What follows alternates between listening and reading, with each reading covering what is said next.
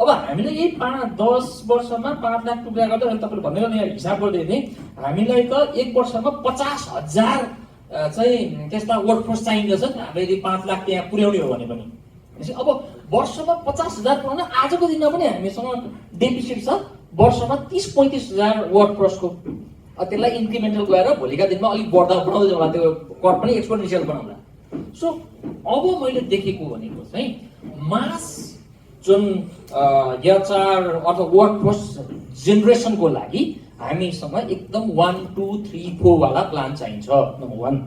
Number 2 भनेको यो गभर्मेन्टको अहिले जुन 90 मिलियनको जुन एउटा सब्सिडी प्लस ग्रान्ट वाला जुन छ त्यसमा टेकेर हेर्नु नै 5 मिलियन अराउन्ड चाहिँ क्याप्सिटी डेभलपमेन्टमा खर्च गर्ने भनेर कहीँ कतै लेखेको छ जस्तो लाग्छ मलाई। अब 5 मिलियन खर्च गर्ने हामीसँग प्लान के छ?